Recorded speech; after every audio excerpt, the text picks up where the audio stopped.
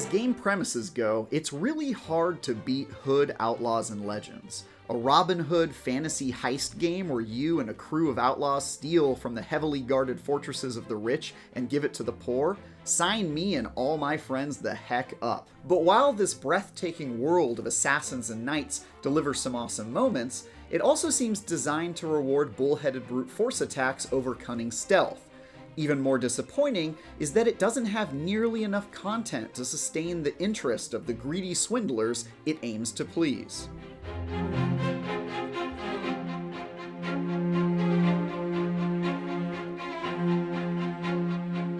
The main idea is that you and 3 fellow burglars work to steal loot from the grossly incompetent powers that be in a 3-stage process. First, you steal a key to a vault. Then you break into said vault, and finally, make off with the goods. Given that the AI-controlled defenders are a bunch of dunces, it should be easy. Except that a rival gang of 4 is trying to nab the loot first. So, Hood is all about stealth and cooperation, until that inevitably fails and everybody murders each other until one team makes off with the treasure.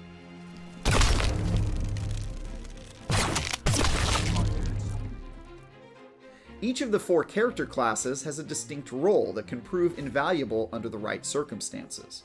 Robin the Ranger can silently kill enemies from afar and open up new paths on the map with rope arrows that others can climb.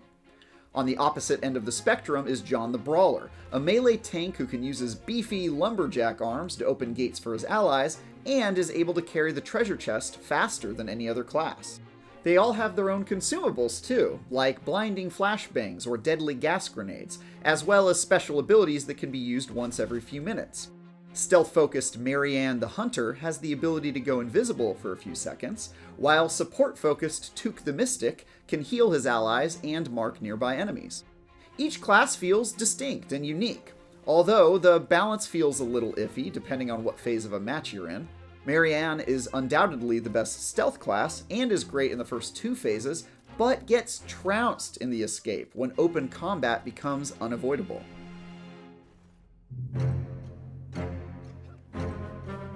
This leads me to one of the main issues with Hood. Stealth isn't rewarding enough, and going loud isn't punished enough. Almost inevitably, as soon as the enemy teams meet one another, subterfuge gives way to an all-out street brawl. And no matter how long you avoid it, almost every match I've played has ended in a drawn-out extraction sequence where opposing teams fight for control of a winch they must crank to make off with the loot. This can drag on for more than 10 minutes of stalemated combat. Compare that to stealing the key and breaking into the vault, which can take only a few minutes and can feasibly be accomplished within stealth. It's a bit lopsided. Don't get me wrong. Wild, reckless combat can be a lot of fun, but it also shatters part of the Robin Hood fantasy by trivializing stealth. It can't all be swashbuckling swordplay. In one instance, my friends and I decided to throw caution to the wind and run with a full group of Johns. Forget stealth. We openly attacked every enemy in sight and were able to steal the key, break into the vault, and make off with the treasure before the opposing team even knew what hit them. When it came to the combat-heavy escape phase, our John squad easily overwhelmed our naively balanced opponents, who paid the ultimate price for the fatal sin of playing as intended. That just felt wrong. I mean, pretty fun, but in a broken sort of way.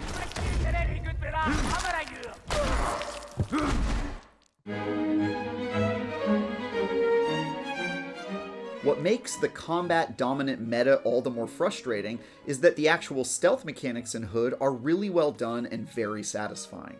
Sneaking around and working together to take out a trio of guards all at the same time makes me feel like a complete badass. And stealing the key right out from under the guards' noses with a well-placed smoke bomb is enormously fulfilling. The assassination animations and accompanying sound effects are a stealth lover's ASMR. To mother. Which made me want to avoid the more expedient direct assault style that Hood encourages. Each of the 5 maps are unique and beautifully designed, from a vast and murky swamp to a bleak, claustrophobic graveyard. Learning the areas and tracking down the randomly generated key and vault locations at the beginning of each match is a thrill, especially as your eyes dart back and forth in search of the rival gang that you know can't be far off. Marking enemies and coordinating a plan of attack over game chat and working together as a unit is an absolute blast the first few times you pull it off. And when all hell breaks loose when your team is caught by guards or ambushed by rival players, the slow, methodical pace gives way to utter carnage as you scramble to smash a hammer over someone's head before they can put an arrow through you. But again, there's a catch, and it's a big one. After just a few hours, you'll have familiarized yourself with the small pool of maps and playable characters. Once you've done that, there just isn't much else to do aside from repeating the same heists over and over again. And I started wanting to play something else just for the variety within the first couple of days. Hood, Outlaws and Legends is a stealth action game with an interesting PvPvE premise, and that leads to some exciting moments of chaos when your well-planned heist goes awry upon contact with the enemy. Its downfall is that its balance rewards hacking and slashing over stealth and planning, especially in the pivotal third act. Even if you embrace that, there just aren't enough maps to sustain the single mode for more than a handful of hours before things become repetitive.